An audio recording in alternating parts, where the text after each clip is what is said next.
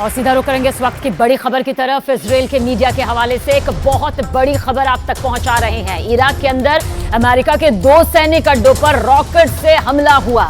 अभी तक मिली खबर के मुताबिक इस हमले में अमेरिका को कोई बड़ा नुकसान नहीं हुआ, लेकिन ये 2 दिनों के अंदर इराक में अमेरिका के सैन्य अड्डों पर दूसरा बड़ा हमला बताया जा रहा है। अमेरिकी ठिकानों पर पहले भी ड्रोन अटैक यहां पर हो चुके हैं और अब अल असद एयरबेस पर पहले भी हमला हुआ। और इजराइल इस वक्त 5 फ्रंट पर यह महाजंग लड़ रहा है। एक जंग गाजा के बॉर्डर और गाजा के अंदर है, तो दूसरी जंग वेस्ट बैंक में है, तीसरी जंग लेबनान के बॉर्डर पर है, चौथी जंग सीरिया के बॉर्डर पर, तो वही 5वीं यानी कि 5वां फ्रंट यमन की तरफ से खुल गया है। इसके बाद भी अकेले इजराइल ने महज 1 घंटे के अंदर 100 आतंकी कमांडर उड़ा दिए। इस 5 फ्रंट तैयारी ने ईरान के होश फाख्ता कर दिए हैं।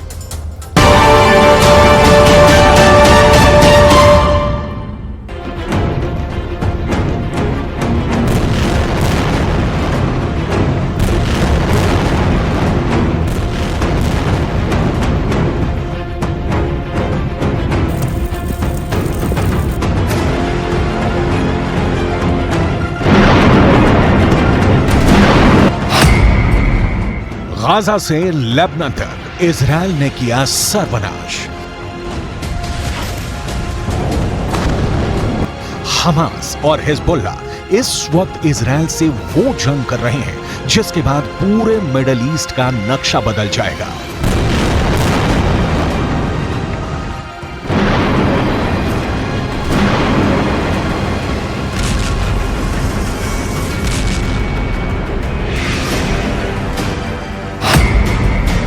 इजराइल का नक्शा मिटा देंगे हमास और हिजबुल्लाह।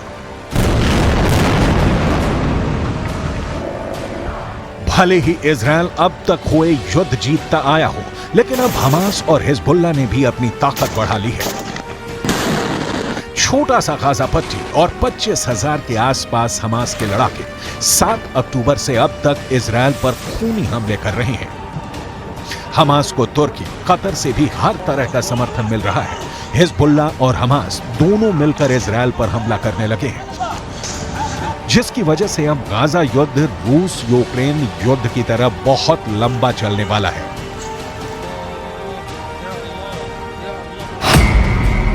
हमास हिजबुल्लाह में हाहाकार। 1 घंटे में मारे 100 कमांडर।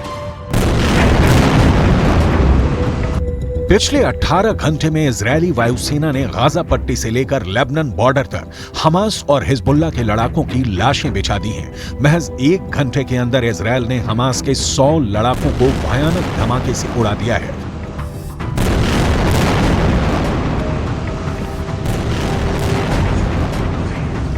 वहीं दूसरी तरफ हिजबुल्लाह के 13 से ज्यादा लड़ाकों को इजरायल ने इस तरह से टारगेट करके मारा है कि मरने वाले हिजबुल्लाह लड़ाकों को अपने मरने का एहसास तक नहीं हो पाया।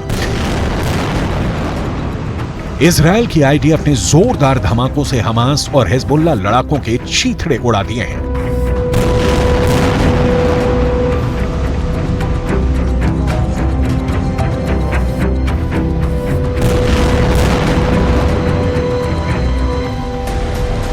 गाजा पट्टी, वेस्ट बैंक और लेबनान बॉर्डर पर इजरायल के अचूक हमलों को देखकर अरब के 22 मुल्कों में कोहराम मच चुका है। जबरदस्त और जोरदार प्रदर्शन इजरायल के खिलाफ हो रहे हैं।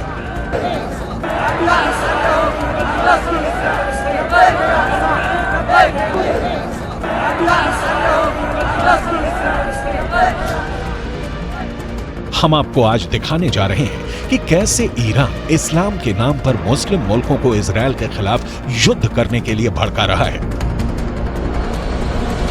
लगभग 62 साल के ईरान के राष्ट्रपति सैयद इब्राहिम रईसी ने तो साफ कह दिया है कि हमें ऊपर वाले के नाम पर इजरायल के क्रूर हमलों के खिलाफ एकजुट होना होगा और इजरायल के भीषण हमलों का जवाब देना होगा।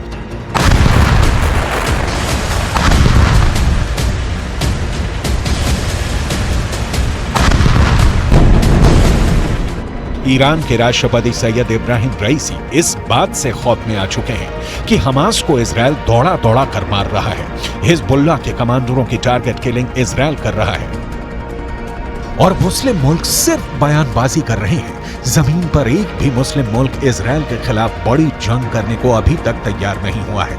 हमास की पॉलिटिकल विंग का चीफ इस्माइल हानिया कतर में बैठकर सिर्फ बयानबाजी कर रहा है, लेकिन खुद गाजा के आसपास भी फटक नहीं रहा है। इधर इजरायल के प्रधानमंत्री से लेकर रक्षा मंत्री तक इजरायली सैनिकों के बीच दावा कर रहे हैं कि हम हमास और उसके समर्थन करने वाले हर लड़ाके को चुन चुन कर मार रहे हैं और मारते रहेंगे। इजरायली सेना ने नेशनल सिक्योरिटी फोर्स के कमांडर मेजर जनरल जिहाद मोहिसेन और उसके पूरे परिवार का सफाया इजरायल के हवाई हमले में कर दिया।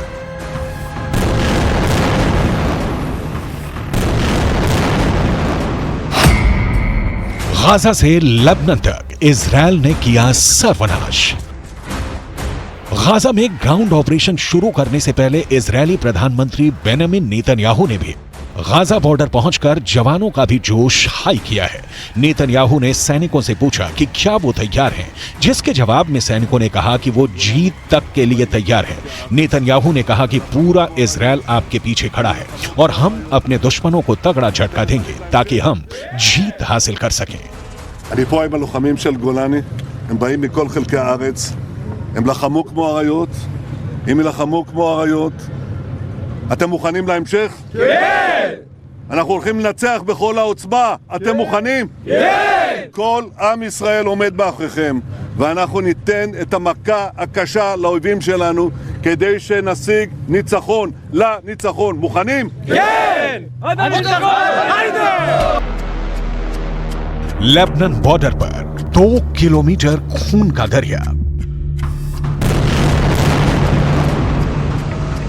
ईरान, लेबनान, सीरिया, जॉर्डन और तुर्की के दम पर हमास भले ही इतरा रहा हो, लेकिन इजरायल ने दिखा दिया है कि चाहे हमास हो या फिर हिजबुल्ला, इजरायल चुन चुन कर एक एक दुश्मन को तबाह कर देगा। जरा इजरायल की आईडीएफ के हवाई हमलों के इस वीडियो को देखिए। गाजा पट्टी और वेस्ट बैंक में हवाई हमलों में फिलिस्तीन और हमास के लोगों की इमारतें तरबूज की तरफ फट रही हैं। इजरायल के तूफानी हवाई हमलों में बमों के धमाके ऐसे इमारतों को उड़ा रहे हैं जैसे तूफान में पेड़ उखड़ जाते हैं।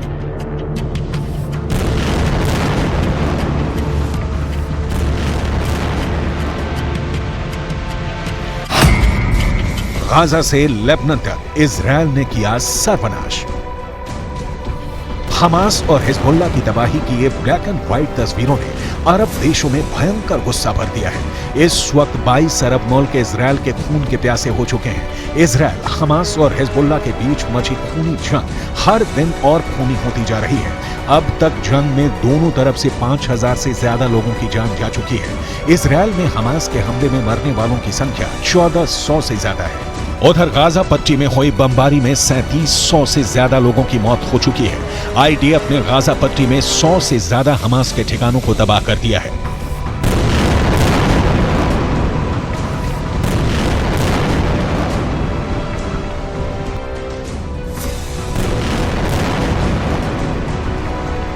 हमास और हिजबुल्ला दोनों का मकसद एक है।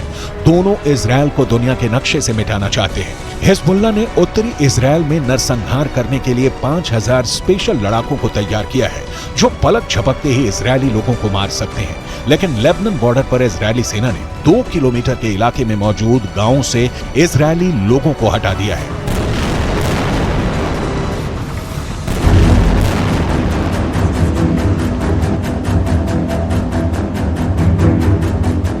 हिजबुल्ला के पास ऐसे रॉकेट हैं जो इजरायल के किसी भी हिस्से को टारगेट कर सकते हैं। इसका अपना सशस्त्र विंग है जिसमें 1 लाख से ज्यादा लड़ाके बताए जाते हैं। इसके अलावा हिजबुल्ला के पास 1.5 लाख मिसाइल होने का दावा किया जाता है। हिजबुल्ला लेबनान की सेना से भी ज्यादा ताकतवर है।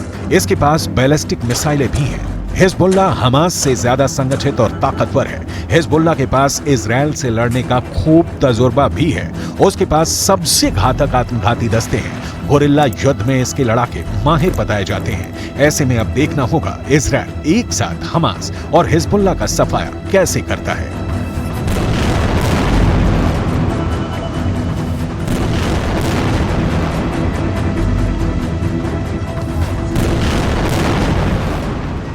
इजरायल वॉर की लपटें अब यमन तक जा पहुंची है। खूंखार हूती विद्रोहियों ने इजराइल पर क्रूज मिसाइलों से हमला बोला। लाल सागर में अमेरिकी युद्धपोत ने हूती की मिसाइलों को इंटरसेप्ट कर नष्ट भी कर दिया। लेकिन हमास आतंकवादियों के साथ हूती के महाजंग के मैदान में कूदने के बाद अब गणित बदल सकता है। दरअसल हूती विद्रोहियों के पास लड़ने के लिए शैतान वाली ताकत भी है और हथियार भी, क्योंकि हूती का हाथ ईरान ने थाम रखा है।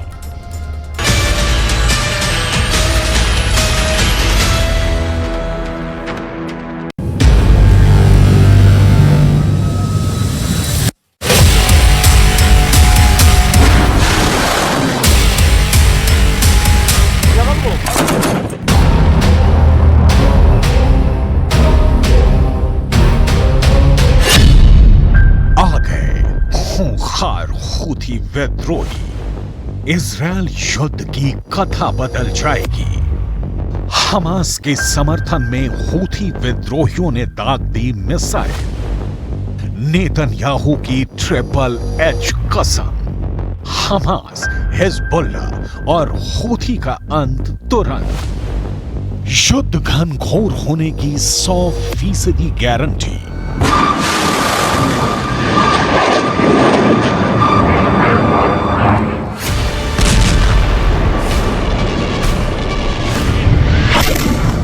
इजराइल युद्ध फैल रहा है।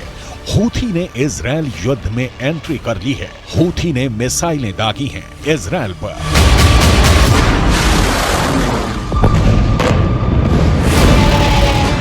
एक, दो, तीन, ये तीनों क्रूज मिसाइलें हैं। अमेरिका के रक्षा विभाग का दावा है कि हूथी ने इजराइल के खिलाफ ड्रोन भी छोड़े हैं। मतलब इजराइल का एक और पुराना दुश्मन जाग उठा है। हमास की तरह इजराइल के इस दुश्मन को ईरान ने ही खड़ा किया है। ईरान से हमास और हूथी को खाद्य पानी मिलता है। सवाल है, तो क्या ये ईरान के युद्ध में एंट्री की दस्तक है? क्योंकि ईरानी राष्ट्रपति इब्राहिम रईसी के ऑर्डर के बिना हूथी संगठन में पत्ता तक नहीं खड़कता। इस सवाल का जवाब डिटेल में दिखाएंगे, लेकिन उसके पहले युद्ध में इजराइल के नए दुश्मन हूथी को जानना बहुत जरूरी है। हमास के समर्थन में उतरा हूथी कौन है? हूथी के हमास को समर्थन देने से युद्ध में क्या बदलेगा? ये हूथी हमास को क्यों कर रहे हैं समर्थन? और हूथी क्यों रखते हैं इजराइल और अमेरिका से दुश्मनी? पेंटागन के प्रवक्ता ब्रिगेडियर जनरल पैट्रिक राइडर को सुनिए। We cannot say for certain what these missiles and drones were targeting, but they were launched from Yemen, heading north along the Red Sea, potentially towards targets in Israel. Our defensive response was one that we would have taken for any similar threat in the region, where we're able to do so against our interest personnel and our partners. America के जिस युद्धपोत USS Carney ने Houthi के मिसाइलों को intercept किया, इन्हें नष्ट कर दिया, यूएसएस कार्नी इस वक्त लाल सागर में तैनात है। लिहाजा लाल सागर और युद्धपोत यूएसएस कार्नी के वहां होने की वजह की डिटेल आगे समझेंगे।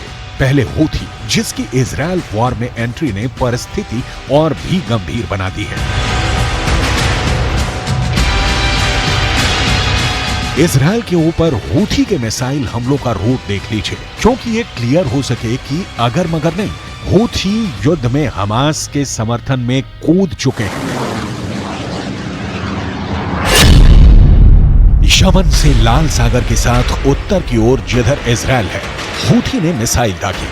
वो तो अमेरिका की युद्धपोत ने इंटरसेप्ट कर लिया और पानी में गिरा दिया। यमन में हूती विद्रोही पिछले 3 दशकों से सत्ता स्थापित करने के लिए युद्ध लड़ रहे हैं और इस चक्कर में पूरे यमन को उन्होंने गृह युद्ध की आग में झोंक दिया है।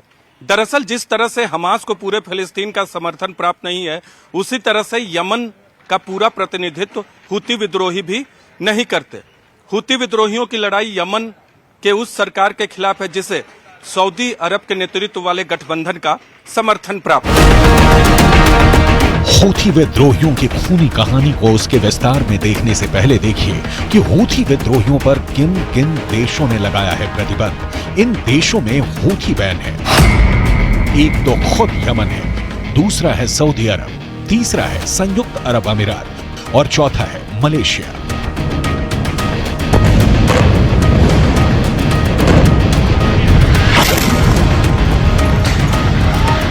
हमास और हूथी के बीच संबंधों का सिलसिला बहुत पुराना नहीं है।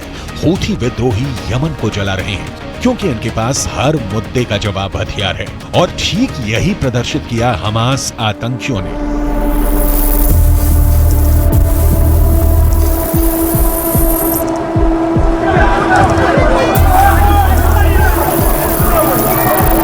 इजरायल में मौत का नंगा नाच कर गाजा पट्टी में अपने ही मासूमों की भट्टी खोद दी।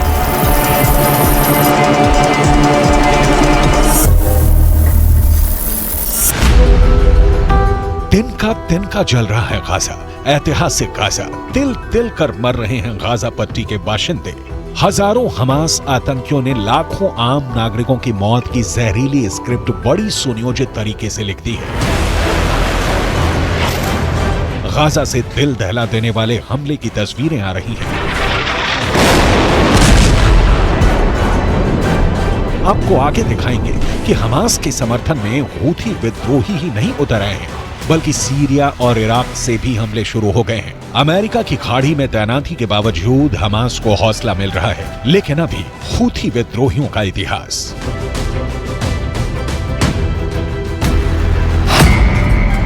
दरअसल ईरान शिया बहुल देश है और हूथी मुस्लिम भी इसी समुदाय से आते हैं। शिया समुदाय से आने वाले हूथियों की यमन में बढ़ती तादाद से सुन्नी बहुल सऊदी अरब और यूएई में घबराहट बढ़ी हुई है। अमेरिका और ब्रिटेन की मदद से हूथी विद्रोहियों के खिलाफ हवाई और जमीनी हमले होते रहते हैं और हूथी विद्रोहियों को जब मौका मिलता है, संयुक्त अरब अमीरात को भी निशाना बनाते रहते हैं।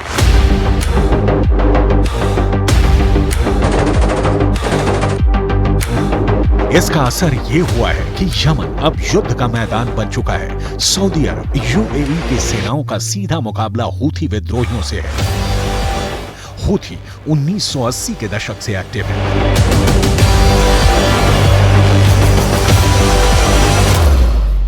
सैकड़ों हूथी विद्रोहियों की जान जा चुकी है। यमन कतरा कतरा तबाह और बर्बाद हो चुका है, लेकिन अब भी इन्हें अपनी नहीं हमास की पड़ी है। अपने शीशे के घर से हूथी विद्रोही इजरायल के घर पर पत्थर मार रहे हैं और यहाँ तो इजरायल पहुंचने से पहले ही किसी को भी भूमध्य सागर में परमाणु ताकत से lace 2 aircraft carrier Gerald Ford और आइजनहावर के हमले से गुजरना होगा। लाल सागर में यमन से आई मिसाइलें भी अमेरिकी युद्धपोत यूएसएस कार्नी ने ही इंटरसेप्ट और ध्वस्त की।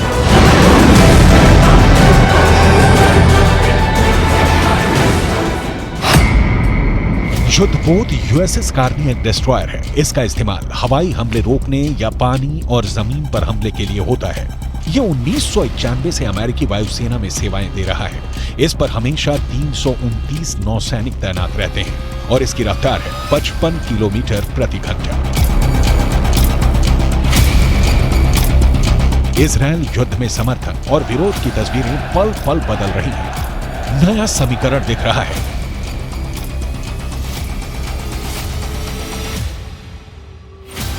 कि हूथी विद्रोहियों के हमास के समर्थन में उतरने के बाद शायद संयुक्त अरब अमीरात और सऊदी अरब इजरायल के खिलाफ खुलकर उतरने से इनकार कर दें। ऐसे में ईरान का ये दावा है कि अरब देश एक होकर इजरायल के खिलाफ लड़ेंगे, दावा ही रह जाएगा। खाड़ी में सऊदी अरब और संयुक्त अरब अमीरात दोनों शक्ति हैं। हूथी के नाम पर ये दोनों देश ईरान को कतई समर्थन नहीं देने वाले, लेकिन ईरान को पुतिन और शी जिनपिंग से भी उम्मीदें हैं।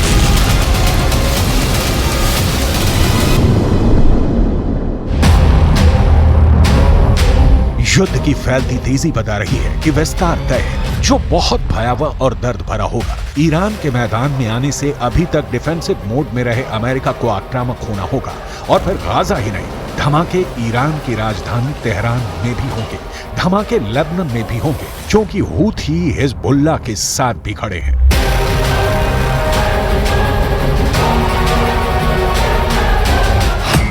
असल में ये है कि इजरायल के खिलाफ ट्रिपल एच मतलब हमास, हिजबुल्लाह और हूथी। डंके की चोट पर कहा जाता है कि ईरान हिजबुल्लाह, हमास और हूथी विद्रोहियों की मदद पैसे और ट्रेनिंग के जरिए करता है ताकि ये तीनों संगठन इजरायल के खिलाफ युद्ध छेड़े रहे। दरअसल ईरान ने यह भी दावा किया कि अगर गाजा पट्टी पर इजरायल के हमले नहीं रुके तो वो एक्शन लेगा, और अगर ऐसा होता है तो मध्य पूर्व में स्थिति और भी खराब हो जाएगी। गाजा के अंदर असली लड़ाई सुरंगों के अंदर होनी है और इजरायल ने सुरंग युद्ध की पूरी तैयारी यहां कर ली है। इजरायल ने एक स्पेशल फोर्स और स्पेशल बॉम्ब सिर्फ सुरंग युद्ध के लिए ही बनाए हैं। जब ये सुरंग युद्ध शुरू होगा तो आतंकियों को बहुत बुरी मौत झेलनी होगी, क्योंकि इजरायल सुरंग से बाहर निकलने का रास्ता ही बंद करने वाला है।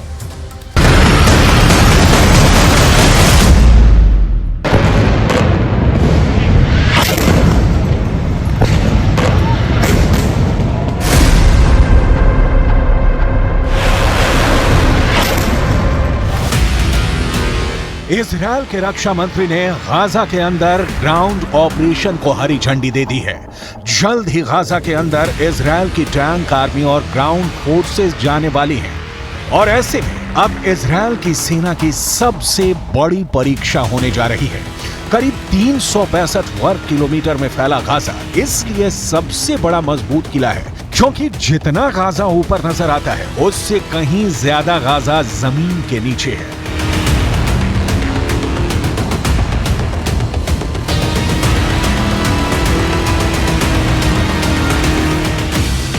गाजा के इन सुरंगों में 2 मंजिला इमारतें होने के दावे किए जाते हैं और इनका रास्ता सुरंगों से होकर खुलता है।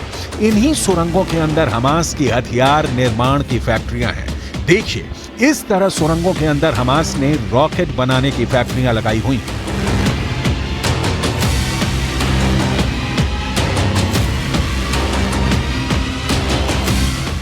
दावा किया जाता है कि गाजा के अंदर 500 किलोमीटर लंबाई की फैली हुई सुरंगें हैं। इन सुरंगों के अंदर हमास के आतंकी चूहे की तरह छुपे हुए हैं, और जैसे ही इजरायल की सेना गाजा के अंदर घुसेगी, हमास के आतंकी इजरायली सेना पर टूट पड़ेंगे।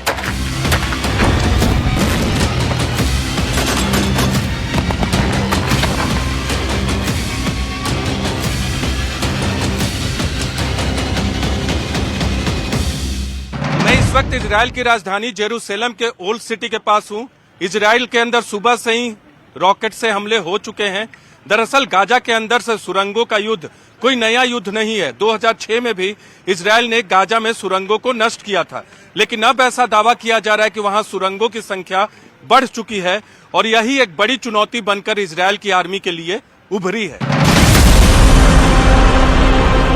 इजरायली डिफेंस फोर्स के पास सुरंगों को ढूंढने, बंधकों को छुड़ाने, सुरंगों को साफ करने, निष्क्रिय करने और नष्ट करने की क्षमता है।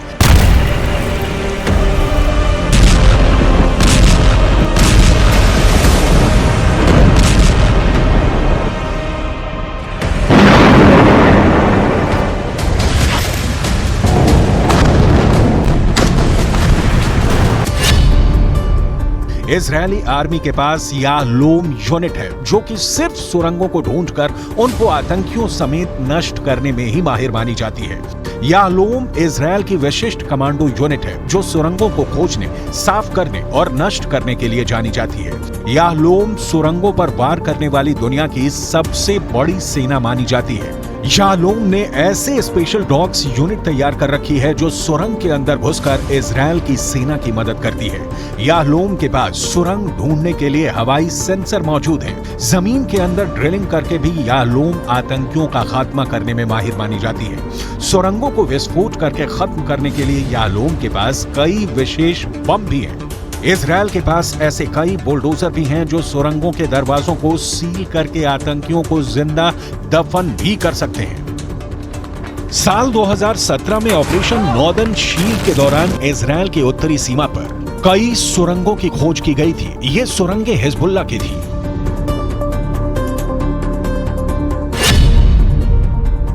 तो इजरायल डिफेंस फोर्स ने सुरंगों को बंद करने के लिए ट्रक भरकर हजारों टन गीले सीमेंट सुरंग के अंदर डाल दिए थे। आतंकियों को बहुत बुरी मौत मारने के लिए कई बार इजरायल की सेना इन सुरंगों के अंदर सीवर का गंदा पानी भी डाल चुकी है।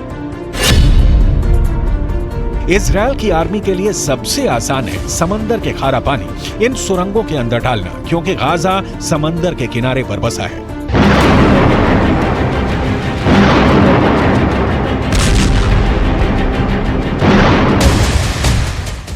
फिर भी कई कारणों से हमास की सुरंगों को ढूंढना और उन्हें नष्ट करना भी कोई साधारण मामला नहीं होगा। मिसाल के लिए याद कीजिए, अफगानिस्तान के पहाड़ी और कम आबादी वाले इलाके में जब अमेरिका जंग लड़ रहा था, तब साल 2017 में अमेरिका की सेना ने ISIS के गुफा और सुरंग परिसर पर अमेरिका का सबसे शक्तिशाली गैर परमाणु बम 21,600 पाउंड का GBU-43B मैसिव ऑर्डिनेंस गिराया था। लेकिन प्राकृतिक गुफाएं इतनी मजबूत होती हैं कि उन्हें तहस नहस करना आसान नहीं होता है।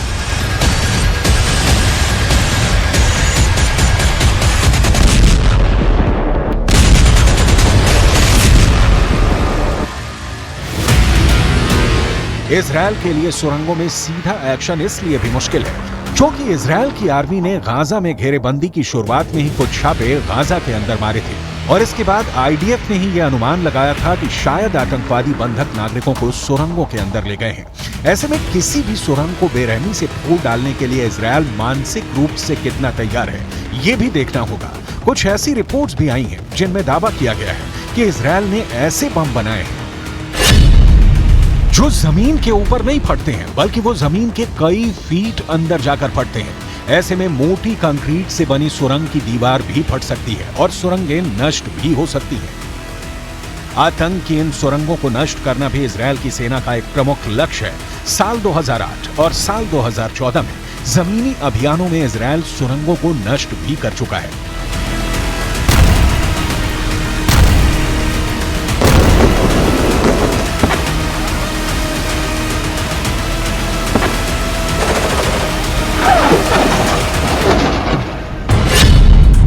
इजरायल को उम्मीद थी कि गाजा में हमास ने करीब 500 किलोमीटर तक सुरंगें बना रखी हैं। इजरायल का दावा है कि इनमें से करीब 90 किलोमीटर की सुरंग को वो नष्ट कर चुका है। यानी इजरायल के पास पहले से सुरंगों को नष्ट करने का अनुभव मौजूद है। गाजा के अंदर इन सुरंगों की वजह से अगर इजरायल ने गाजा पर भारी तीव्रता के बम बरसाए तो इससे आम लोगों को नुकसान हो सकता है। यही वजह है कि उत्तर गाजा को इजरायल ने खाली करवा लिया है। संयुक्त राष्ट्र की ही माने तो उत्तर गाजा से 10 लाख से ज्यादा लोग दक्षिण गाजा की तरफ जा चुके हैं।